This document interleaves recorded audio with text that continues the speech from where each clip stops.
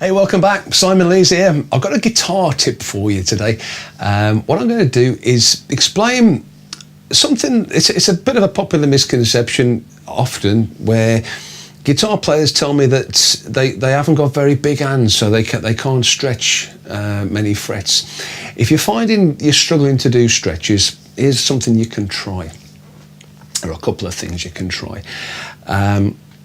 First of all, you might genuinely have small hands, in which case you are going to be kind of limited to how many frets you can stretch. But just to find out, put your hand over the neck. So it's not where you normally have it, where your thumb's behind the neck and or your finger, the main palm of your hand is underneath the neck.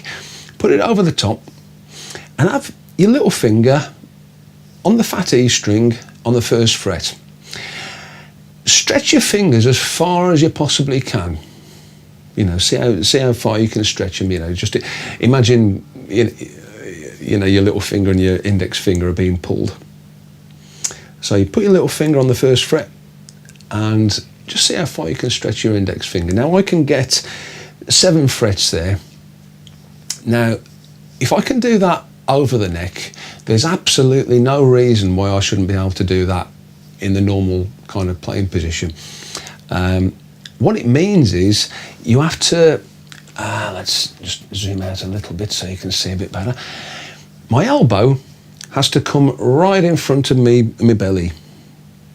So what I'm trying to achieve here is to get my forearm kind of in line with the neck.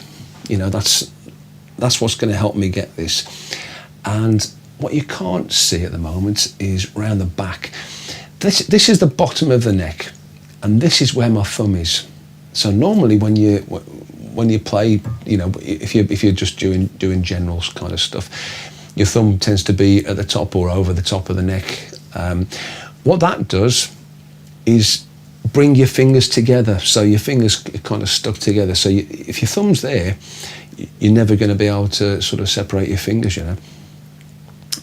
So those two things, getting your elbow in front of your belly, so you notice that. So my guitar now it's sort of pointing away from me. So it's the sort of thing you'd do if you were posing, perhaps on stage. So I've got the headstock pointing towards the crowd,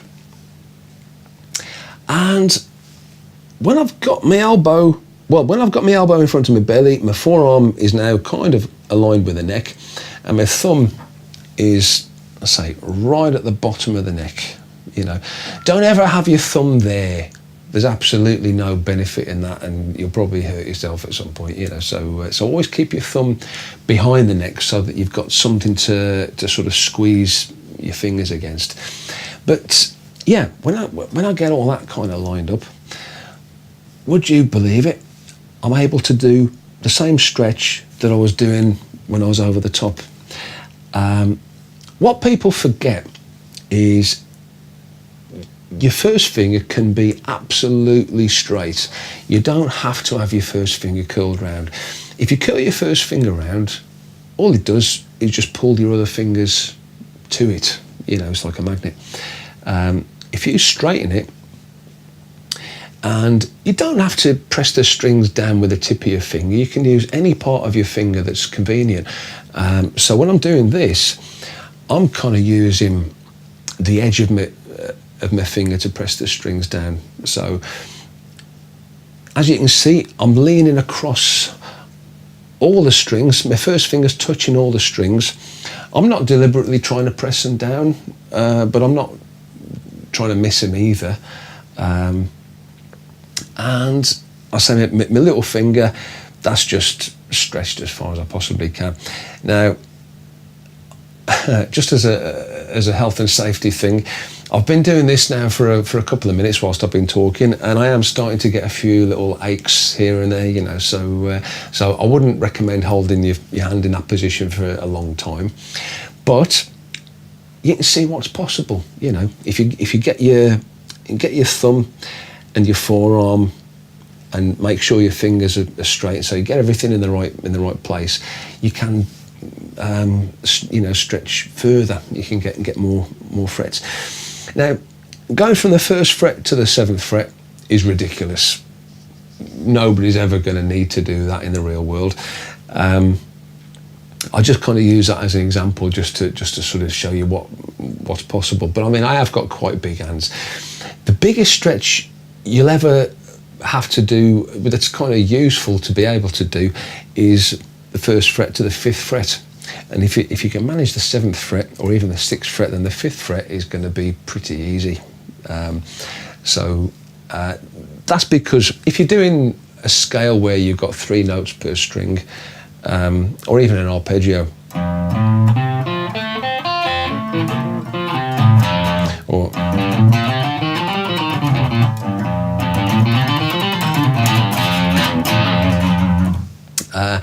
that's the biggest stretch that's kind of going to be beneficial in any way.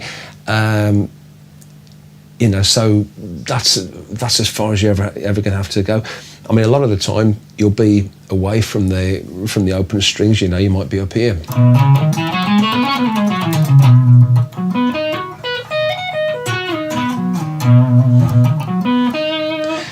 So that's obviously, the frets are closer together there, so that's not going to be so difficult to do anyway. But that's the thing. I mean, if you bear those things in mind, don't curl your first finger around, keep it nice and straight, use the edge of your finger. And there's one final thing, if you're still finding it a little bit awkward, especially that business of getting your forearm lined up with the neck, there's one more thing you can try. And I'll just zoom out a little bit more so you can see what I'm doing. This is what classical players do. They put their guitar, the rest of the guitar, on the left leg. You can even have a kind of footstool, I mean, I've got an old bin thing. If I put that on the floor and put my left leg on it, so it sort of raises it up, I can have my guitar on that leg then. And this is kind of what classical guitar players do, and they do it for a reason. They're not daft. So if I want to get a big stretch, again, if I want to go sort of 1, 3, 5, that kind of has a similar effect to what I was doing before, because my forearm is still kind of lining up with the neck, or it's on its way to being lined up with the neck. Again, my thumb is very low down. It's sort of very, very close to the bottom of the neck, just trying to work out which camera is the best. So again, if your thumb's sticking up over the top of the neck, it just pulls your fingers together. You'll never be able to get the stretch. But if you get it low down, it means you have to bend your wrist as well. That's another part. That's just going to be a byproduct of what you're already doing. But it's worth mentioning. So you want a good kind of right angle from the top of your forearm to the back of your hand there, or you might need that. But yeah, so that's another thing you can try. And then if you wanted to play, I don't know, what's that famous Police song? I'll do it a bit further up the neck because I've got my foot on this footstool and you won't be able to see the frets. Now I'll tell you what, I won't be lazy. I'll just drop the camera angle a bit. Nope, need to do that a bit more. Try that. Gone the wrong way, haven't I? That's better. Yeah, there you go. Andy Summers' famous riff by the Police, Every Breath You Take.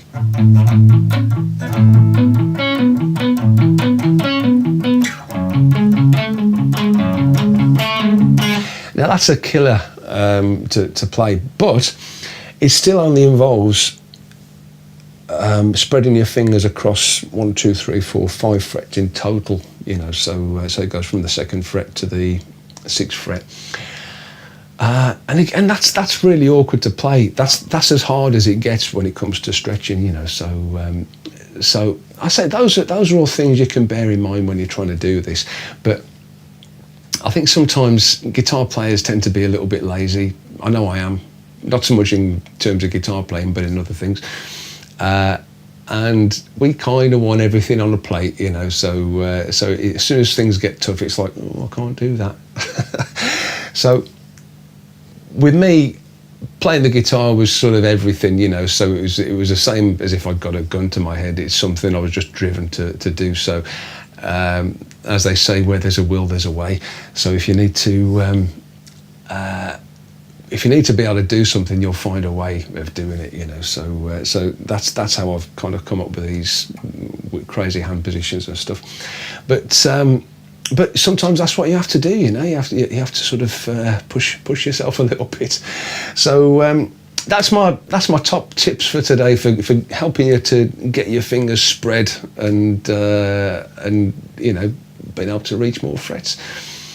I said that hand position, where your thumb's at the bottom, it's not very good for you know, lead playing, that sort of stuff, you know, general string bending, strength techniques. You know, I'd much rather have my thumb around the top.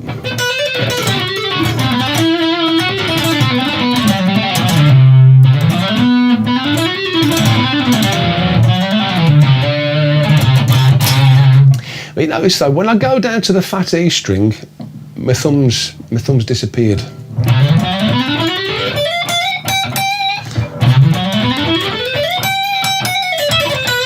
But then as soon as I get onto the thin strings, my thumb comes back round again. So there's no, with electric guitar anyway, you need to be flexible with your thumb. You need to be able to move your thumb around depending on what you're playing, just to make whatever you're playing as comfortable as possible, you know, so that you're not compromising yourself in any way. But I said there's not really anywhere you can stick your thumb and keep it there that allows you to play every single technique. Doug Aldrich tends to keep his thumb in the middle of the neck, and he kind of works around that. And Dimebag Darrell was the same. Those two guys are the exception. You know, they've managed to sort of get comfortable with that. But for the rest of us, it's much better to move your thumb around depending on what you're playing, you know. So yeah, I hope that you found that useful. Give it a bash. You might surprise yourself. So good luck with it, and thanks for watching, and I'll see you on the next one.